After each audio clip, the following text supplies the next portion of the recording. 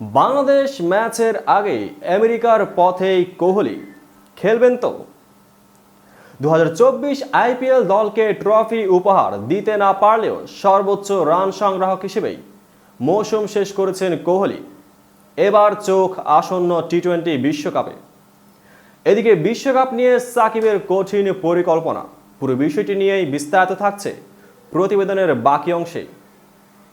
রোহিত শর্মার নেতৃত্বে টি-20 বিশ্বকাপ খেলতে আগেই যুক্তরাষ্ট্রে পাড়ি জমিয়েছিল ভারত। এবার আমেরিকার বিমান ধরলেন বিরাট কোহলিও।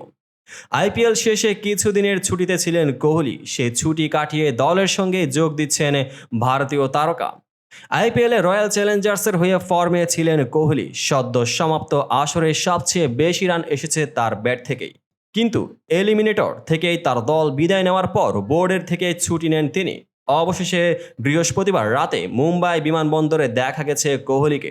সেখানে সমর্থকদের অটোগ্রাফের আবদার মেটাতেও দেখা যায় তাকে। সব ঠিক থাকলে আমেরিকায় আজই পৌঁছে যাওয়ার কথা তার। তবে শনিবার বাংলাদেশের বিপক্ষে প্রস্তুতি ম্যাচ খেলবেন কিনা তা এখনও জানা যায়নি। এদিকে আমেরিকায় পৌঁছে এরই মধ্যে প্রস্তুতি শুরু করে দিয়েছে টিম ইন্ডিয়া। দলের সঙ্গে যোগ দিয়েছেন হার্দিক পান্ডিয়ারাও। এছাড়া আইপিএল ফাইনাল খেলে যুক্তরাষ্ট্রে পৌঁছে গেছেন রিজার্ভে থাকা রিঙ্কু সিং। বিশ্বকাপ মূল পর্বের আগেই একটি প্রস্তুতি ম্যাচ খেলবে ভারত, আগামীকাল বাংলাদেশের বিপক্ষে।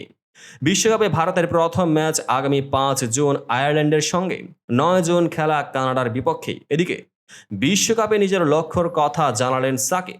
টি-20 বিশ্বকাপের সেই প্রথম আসর থেকেই খেলছেন সাকিব আল হাসান। ইতিহাসের দ্বিতীয় ক্রিকেটার হিসেবে এই সংস্করণে বিশ্বকাপের সবগুলো আসরে খেলছেন তিনি। সব মিলিয়ে এই ফরম্যাটের বিশ্বকাপ বেশ উপভোগ করেন টাইগার এই অলরাউন্ডার।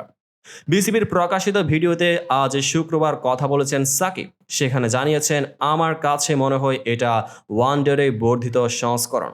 ওভার কাটলে যেটা হতো সেটাই, অনেক রোমাঞ্চকর। দর্শকেরা অনেক পছন্দ করেন। আমি একটি জিনিসই শুধু মনে করি যে ব্যাট ও বলের যেন সমান প্রতিযোগিতা এখানে থাকে, যে কোনো একতরফা যেন টুর্নামেন্টটা না হয়। সাধারণত বিশ্বকাপে কখনোই সেটা হয় না। আমি মনে করি এবারও এরকম হবে।